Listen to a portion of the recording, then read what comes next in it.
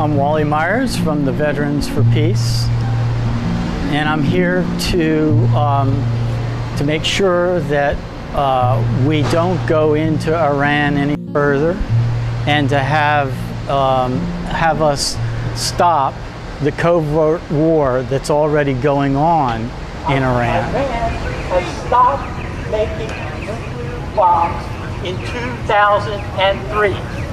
Well, I started this movement toward peace just after I got out from the Air Force during the Vietnam era.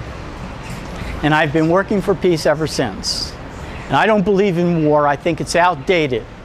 It's obsolete. It's dangerous. It can kill all life on our planet. So that's why on nearly every protest, I've protested every war since Vietnam, and I'm against the next war too. My brother and me have an argument about marches all the time because I've been going to them for years, and unfortunately they're not as effective as they used to be back in the era of Vietnam because we don't have a very strong component, which is the media covering these marches.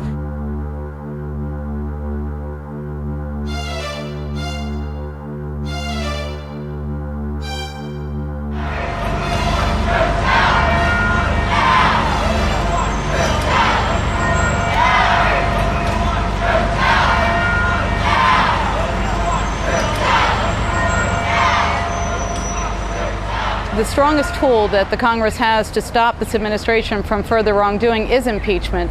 It's written in our Constitution 6 times. It was put there by the Founding Fathers to stop an imperial presidency, which is exactly what these people have tried to create here. You know, an executive branch, an out-of-control executive branch that thinks that they're above the law and that they can do whatever they want with impunity. And so far, unfortunately, they have acted with impunity.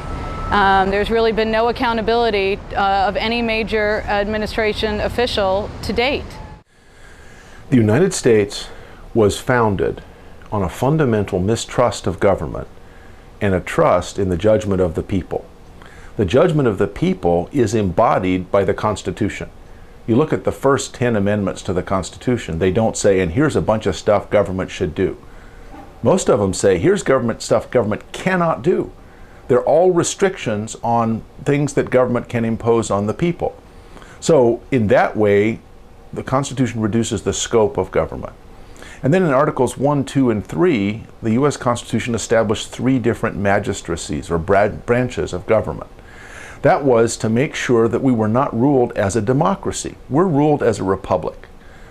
And what a constitutional republic of that sort does is you separate powers. And then, as James Madison said in Federalist 51, ambition is made to counteract ambition. So you put the Congress and the President at odds.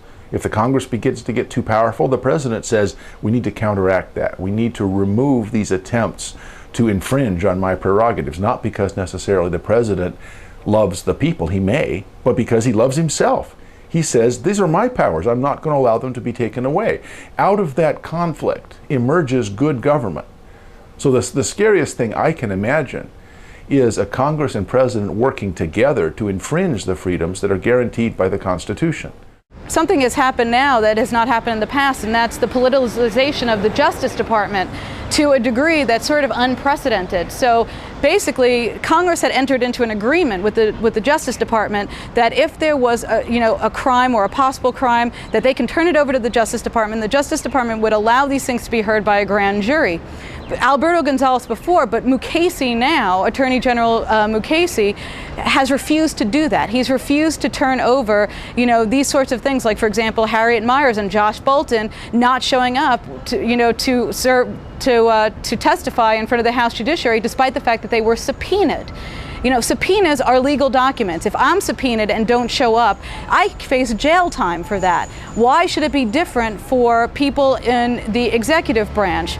They are not above the law. And so Mukasey has flat out said that he would not refer any of those matters to a grand jury, which is sort of an unprecedented thing.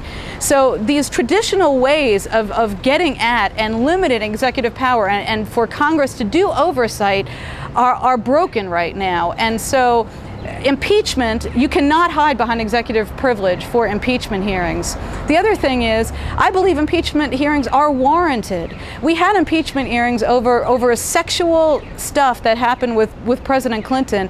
You know, these guys have lied us into a war that has resulted in the deaths of over 1 million people, in my estimation. They have outed a covert CIA agent. They have wiretapped, you know, illegally millions of Americans. They have advocated for torture.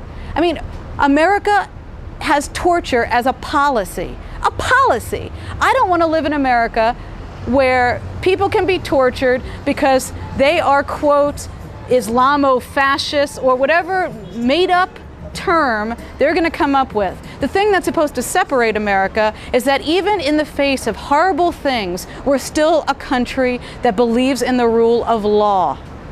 Not torture, not renditioning and disappearing people, not starting illegal wars against people that have done nothing to us.